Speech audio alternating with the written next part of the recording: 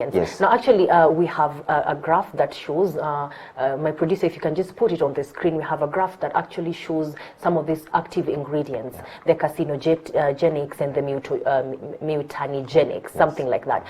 What are these active ingredients, and what it is right here. If you can just put it on the television for the viewer to also be able to see. We have carcinogenicity, mutagenicity, and all this. What is this all about? These are active ingredients that we may call them that they are the ones that contain what will kill the parasite in the farm. But unfortunately, they go beyond the farm. The effect is never only going to kill these pesticides in the farm. The effect goes beyond even going to affect the person who consumes this product. So the active ingredients, they remain active for a very long time. So even if you pick the products from the farm, they still be active even when you're going to consume the product. Kwa hivyo kwa ajili ya mtazamaji ambaye sasa anataka kuelewa kwa lugha ya Kiswahili, hizi ni kemikali ambazo zimetumika kutengeneza kemikali ya kuua madudu. Na hizi kemikali si vizuri kwa sababu basi zinabaki zikiathiri yule mtu ambaye ametumia kwa miaka mingi zaidi. Na basi hizi kemikali ndizo basi zimekataliwa katika hizi nchi. Hizi kemikali venye tumesema, kama umezitumia, zinaweza kuwa zimebaki kwa mimea ama kwa udongo, ama kwa zile products ambazo umetoa kwa shamba kwa muda mrefu. Hata utakapokula hizi bidhaa ambazo umetoa kwa shamba, hata wewe zitakuathiri. Lakini kwa sababu the effect hazionekani immediately, hauwezi jua baadaye whatever you are suffering from ilikuwa na vyakula ambavyo ulikula na zilikuwa na hizi kemikali. Wengine wanasema kwamba wanapokubali hizi kemikali kuingia, maviwadudu kuingia nchini, wanachunguza na kuhakikisha kwamba there is an acceptable level of risk. Kwamba wanajua kwamba zitaathiri maisha, maafya, lakini wanasema kwamba binadamu anaweza kuishi na athari hizo. Shida ambayo tuko nayo ni bidhaa mingi ambazo zinatoka kwa shamba, the demand is very high. So hata kama umeambiwa acha hizi, kama ni mahindi, pea mahindi wiki 2 yaweze kukauka mzuri, yaweze kutiawa ndio mtu aweze kukula. Lakini kwa sababu ya demand ambayo iko kwa market, mahindi imetolewa kwa shamba leo, kesho imeuzwa, siku ya 3 ama ya 4 mtu ashakula. So hata kama hizo kemikali ziko na a certain level of risk, zitadhuru mwanadamu na zitadhuru the ground, which is the soil, and also yule mwenye atakuwa na spray kule kwa shamba. Kulingana na utafiti wenu, kiasi cha viwadudu kimeongezeka maradufu katika taifa letu. Ni kwa sababu gani? Kwa sababu labda hatujaweza kuwa na suluhu mbadala? The increase of the imports is because of our demand. And you know, because the soil and we are used to spraying, and again, there is a lot of resistance from even the pesticides. So we need to, the farmers are always adapting the new chemicals, thinking that the one they used last time and the pesticides resisted it, if they use a new one, the pesticides won't resist. So there are so many imports coming in. Then if you focus the way the year is structured in the agricultural shows and all that, there are so many. So the farmers are being exposed to a lot of experts who are selling these pesticides, and they entice them in a way that they see the certain chemical that has been introduced to them will be best more than the one they used. So that increases the imports. Kwa hivyo basi si eti kwamba haya madawa yanakosa kufanya kazi. Ni vile sasa wadudu wamekuja wakazoea yale madawa ambayo yapo, inabidi sasa walete madawa mengine. Yes. You know, overuse of the chemicals that we have, the pesticides, like they get used to them. So the pesticides don't really work. Kumaanisha kama yenye ulitumia last time kufanya kazi, utahitaji ingine mpya. Na hiyo ingine mpya umeiona kwa show ama kwenye ulikuwa unatembelea mkulima mwingine, na ukishaona utaenda uitishe. Huku kwenye umeitisha kama ni kwa Agrovet, wataitisha their suppliers, and that's why they increase. Kama kutumia haya madawa na kubakia pale katika gala, bado itakuwa na athari kwa maisha. Je, yule mtu ambaye ananyunyiza moja kwa moja anaathirika kwa kiasi gani? Na tunaposema kwamba 70% ya wale watu ambao wanaishi mashinani wanategemea ukulima, inamaanisha basi kwamba athari hizi zinabebwa na zikabakia mashinani zaidi kushinda katika miji? Ukiangalia mashinani kwa muda mwingi, yule mtu ambaye anaenda kuspray ananga the protective gears. Kwa sababu ya umaskini, watu wengi na pia kukosa kufahamu. They can't afford this. Then hata kama wanafahamu, the price of those covers, they're very expensive.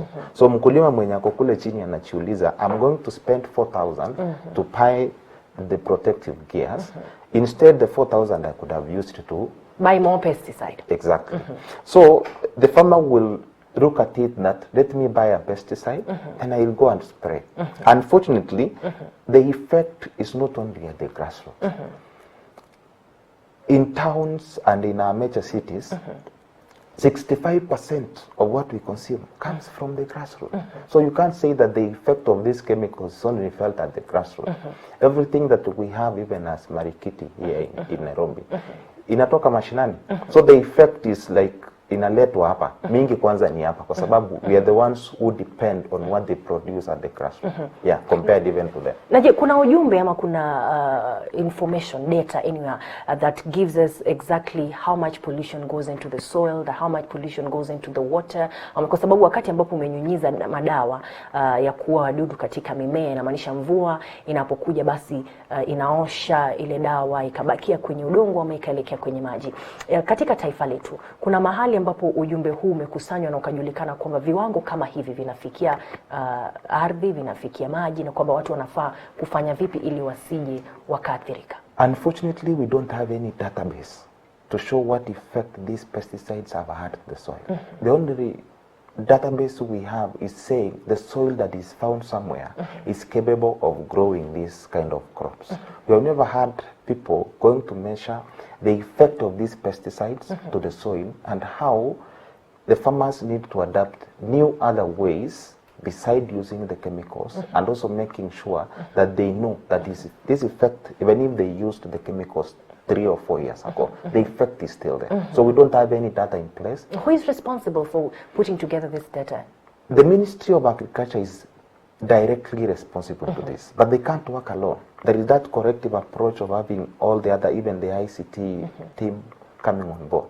But now, we don't have that unified approach to addressing this issue of pesticides. Of course, the unfortunate issue is most of these companies that are selling the pesticides, if you go even to the agricultural shows, they are the highest sponsors of those events. So you can't go and directly oppose them. So indirectly you're saying that corruption has actually prevented anyone from taking seriously the need for this kind of data? Corruption being a major factor.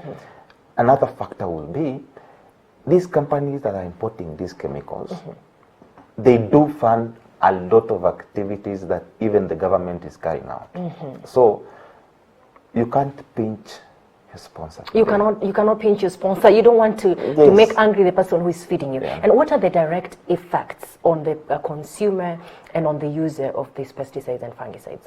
What do the effects look like? No, short term and long term? No, the short term effect, if you see somebody who has gone to spray, akirudi nyumbani atakuwa na homa. But he can't know that ile kemikali ambayo ame-inhale ndio imeleta shida. So ataenda kwa chemist aseme nipe dawa nipe dawa fulani, ameze na hiyo ishe. But the ranks have taken a lot of chemicals from what was sprayed. So this person can have issues with the ranks. And in the wrong side, somebody can have a problem with his breathing system. And these chemicals, because they remain in the products for long, they can contribute to other cancer cases that we have. But because we have really projected that cancer is caused by ABCD issues, there are many issues that we haven't focused on to see that kile ambacho kilitumika kule shambani kinaweza kuwa kilikuwa na effect yenye ilikuja kucause. Naam, kwa ajili ya watazamaji wote ni kwamba athari za moja kwa moja ni kwamba labda mtu atarudi nyumbani akiwa na mafua kwa sababu haya madawa yanaathiri mapafu moja kwa moja, na pia atakuwa na ugumu katika kupumua, na mwishowe tunakuwa na visa kama visa vya saratani ambavyo sasa unasema tunatafuta mbali sana, huenda basi sababu za saratani zikatokana na haya. Na ni kwa sababu gani basi wakulima hawajahamasishwa, ama je, kuna mpango ama miradi ambayo ipo pale ambapo mnatembea mitaani na mashambani ya kuwahamasisha wakulima? Do we have any awareness going on? With the partnership of Roots to Food, we have direct engagement sessions with the farmers. And the best address has always been meet the farmers when even they are at the agriculture shows. Have a desk, talk to them, or organize the grassroots programs where you're going to meet the farmers and talk to them directly. Unfortunately, farmers need shortcuts in solving the problems that they're facing. Because farmers are investors. They are pumping their money into these farms. Before they adapt the new systems of dealing with the pesticides, most of them are engaging in using the pesticides, which is a shortcut in clearing their farms or even in dealing with the pesticides. Na je, kuna mahali, kwa sababu najua kwamba si madawa yote viwadudu ambao ni mbaya. Kuna mahali ambapo labda mtu anaweza akaangalia akajua kwamba haya madawa yako salama na haya yana kemikali ambazo ni mbaya, ama labda kama una mifano? We cannot state the specific products that are bad, because you may find that a product has been produced with almost 16 ingredients, but only one is active, which means the farmers need to know the active ingredients that you already projected, which ones. And when the farmer is going to buy them from an agrovet, is he able to check, or is she able to check and see the active ingredients is available? Kwa hivyo kama ni kemikali moja ambayo iko katika orodha ndo mbaya, basi labda naweza tumia, lakini labda zikiwa nyingi zinaleta hatari, ama hata ikiwa moja hata ikiwa moja bado iko na shida. Naam, mwelekezi wangu labda kama unaweza kutupa tena ile orodha ambayo iko na kemikali ambazo sasa tunaziita active ingredients, ambazo basi kila mkulima anafaa kuangalia na akaona kama ipo yoyote katika ile dawa ambayo ananunua basi ni mbaya. Na tena Bwana Jacob Kumenda ameweza kudokeza kwamba wakulima wanapenda kuchukua njia za mkato badala kuenda kufanya uchunguzi vizuri, kufanya utafiti na kusikiza uhamasisho wakati ambapo wanafanya maamuzi, na ina madhara ya moja kwa moja. Swali ambalo tena mtu anaweza kujiuliza ni mamlaka ya ulimwengu mzima, itakuwaje kwamba hamna mradi wowote wa kuweza kukataza kwamba hizi kemikali mbaya zisije zikatumika katika madawa haya na hata zikauzwa? How is it that we don't have a global governance body that says this is an active ingredient and it should not be used? No, we have the WHO, and from the research that was done with the European Union, they submitted their results or their solutions from why they said no to the active ingredients, and they withdrew from the market. And that clause is with the WHO for them to declare it. And I believe you know how the procedure is with the WHO for them to declare that active ingredients should not be used somewhere else. But in Kenya, as the research that we did with Root to Food, we decided that we need even to have someone in parliament to push for these active ingredients to be withdrawn from the market. And that's why we have the women for once in mission, Agradi Sholei, who is pushing this motion in parliament to have these active ingredients withdrawn. And before even we reach to the international body that will address this issue, can we start locally in having this issue addressed? That all the partners who are involved in making sure that these goods are imported in the country. Can we say no to all the goods that have the active ingredients? Katika taifa letu, hata kabla hatujazungumza kuhusu bunge, tuna tume ama taasisi ambayo inafaa kuchunguza masuala ya kuua madudu, Pest Control Board, ambayo iliundwa chini ya kiegezo kimoja cha mwaka wa 1982 na inafaa kuchunguza masuala ya kununua madawa ya kuua wadudu zikiingia ndani, distribution, kule kuuza ili wakulima waweze kununua, na hata kutengeneza haya madawa humu nchini. Kwa sababu gani hawajaweza kuchunguza na kutathmini kwamba haya ni mabaya na haya ni mazuri na basi hayafai kuhusishwa katika ukulima nchini? You know, we cannot say they don't know. They really know. No. As we have already said, corruption is driving so many things. You can't pinch your sponsor, as we say. So they have these results from even the research that we did with Root to Food. And they know that these are active ingredients. But as the word goes, you can't really go and tell the company that is supplying this, that these are active ingredients and you need to withdraw from the market. And I remember when the research was out, when the white paper came out, most of the individuals that were against it, they were from these companies. And we have never had even the pesticide control saying anything towards the research, which means there is much that needs to be done from their end to make sure that they have adapted the research or they carry out their own in order to achieve that these are active ingredients and they should not be in our market. Na kwa sababu gani nyinyi kama wale ambao walifanya utafiti kama huo hamjaweza kuchukua hatua ya kisheria? Na kabla hujajibu hilo swali, mtazamaji, tazama tena swali ambalo tulikuuliza hapo awali tukianza, na ningelipenda basi kupata jibu lako ili niweze kupakua hewani moja kwa moja. Una imani na vyakula vinavyozalishwa nchini kutumia madawa ya kuua wadudu ya kisasa? Una imani na vyakula vinavyozalishwa nchini kutumia madawa ya kuua wadudu ya kisasa? Zungumza nami ya TV47KE at #3 is TV47 breakfast niweze kupakua maoni yako hewani moja kwa moja. Tunaye Jacob Omenda ambaye ni mkurugenzi Consumer Grassroots Association. Je, kwa sababu gani hamjaweza kuchukua hatua ya kisheria? Kwa sababu inaonekana kutoka nilipo kwamba ni jambo ambalo si haki, kwamba Kenya mataifa ama uongozi mamlaka unafahamu fika kwamba haya yanayokubaliwa yanaathiri Mkenya moja kwa moja, kisha haya yote hayajaweza kudhibitiwa. Nyinyi mkiwa na ujumbe kama huu, mna nafasi ya kuweza kuwashtaki ama kushtaki mamlaka? We have that obligation of going to court. But the procedures that we are following, going to court will be like the last solution.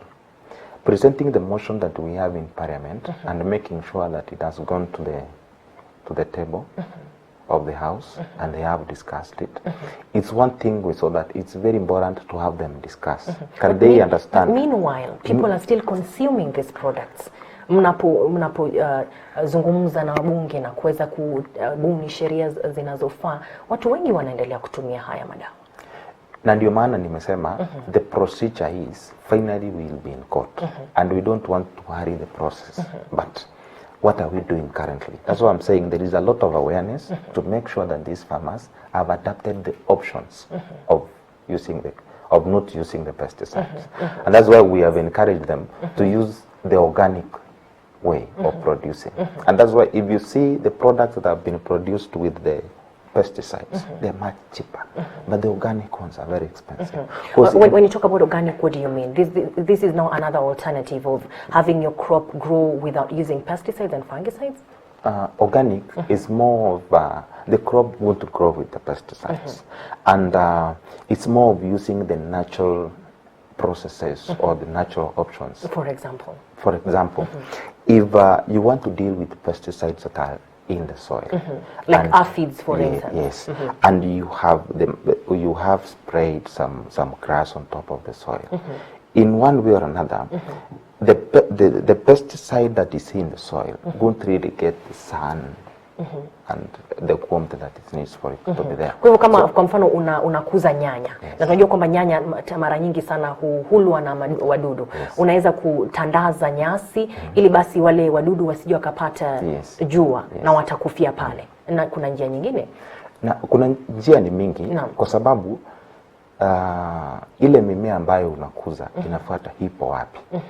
And we know that water is like a catalyst to everything that can be in the soil. And how do you use that water without mixing it with anything? So if there is water in the soil and you have made sure that the crops are okay, it's one way of having your crops grow without even having the parasites. Kwa hivyo yule mtazamaji ama mkulima ambaye anakutazama wakati huu akitaka labda ujumbe na ushauri namna ya kuweza kukuza mimea bila kutumia kemikali hizi, anaweza kufikia Consumer Grassroots, atapata usaidizi? Anaweza fikia Consumer Grassroots anytime. How do you have a Twitter handle, a number somebody can call? We have a Twitter handle that is consumers_Kenya.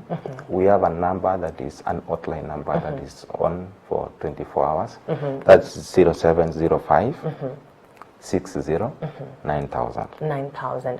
Nitaweza kurudia hiyo hewani mtazamaji tutakapokuwa tukimaliza. La mwisho kabisa, kuna masuala ambayo yanakuwa ni kama vizuizi kati ya yule mkulima na kuweza kupata ujumbe, masuala kama ukosefu wa elimu wa kutosha, umaskini na labda pengo kati ya mkulima mashinani na serikali kuu na mambo kama yale. Je, mnafanya vipi nyinyi kama Consumer Grassroots ambapo sasa mko na ujumbe kama huu, zidi ama mkienda zaidi ya vigezo ama vizuizi hivi kila mtu aweze kupata ujumbe? How do you go against all the Consumer Grassroots, we really understand that there are extension officers who are assigned to every area as it was. But now these extension officers have turned out to be very commercial, that you need to pay him to come to your farm and as Consumer Grassroots we decided no, it won't go that way. So we have representatives who are in counties, and if you reach the number, you will be given a representative who is within the county, and the representative will be able to guide you on how you can do away with the parasites, the pesticides, and you use the organic ways. Shukrani sana Bwana Jacob Kumenda. Najua kwamba tutaendelea kuzungumza juu ya hili, na najua kwamba watazamaji watataka tena kuzungumza nawe zaidi, kwa sababu ukulima wanasema ndo uti wa mgongo wa taifa letu. Na mtazamaji, ni Bwana Jacob Kumenda ambaye ni mkurugenzi ama administration director at Consumer Grassroots Association, mkurugenzi wa utawala ule ama muungano ule ambao sasa unaendelea kuhakikisha kwamba vyakula viko salama. Anasema kwamba iwapo unataka ushauri ya namna ya kuweza kukuza mimea bila kutumia kemikali hatari, basi unaweza kupiga nambari 0705 60 9000 0705 609000 ama 9000 0705 609000. You can call Consumer Grassroots Association ili uweze kupata nawe ushauri unaofaa. Na komea hapa mtazamaji, nitaweza kupakua maoni yako na hata harafa zako hapo baadaye. Najua kwamba umeweza pia kupata nambari ile. Iwapo unataka ushauri zaidi, tutaweza kukuunganisha na Consumer Grassroots Association. This is the TV47 Breakfast Show awamu ya Jumanne. Tunakuletea taarifa ama tunakuletea hali ilivyo barabarani kabla hatujazungumza juu ya taarifa magazetini. Uko nami Corazon Safa na mwenzangu bomba zaidi Emmanuel Terer, Mary Wambui akiwa pale kizalisha vipindi hivi moja kwa moja. Shukrani sana, usibanduke.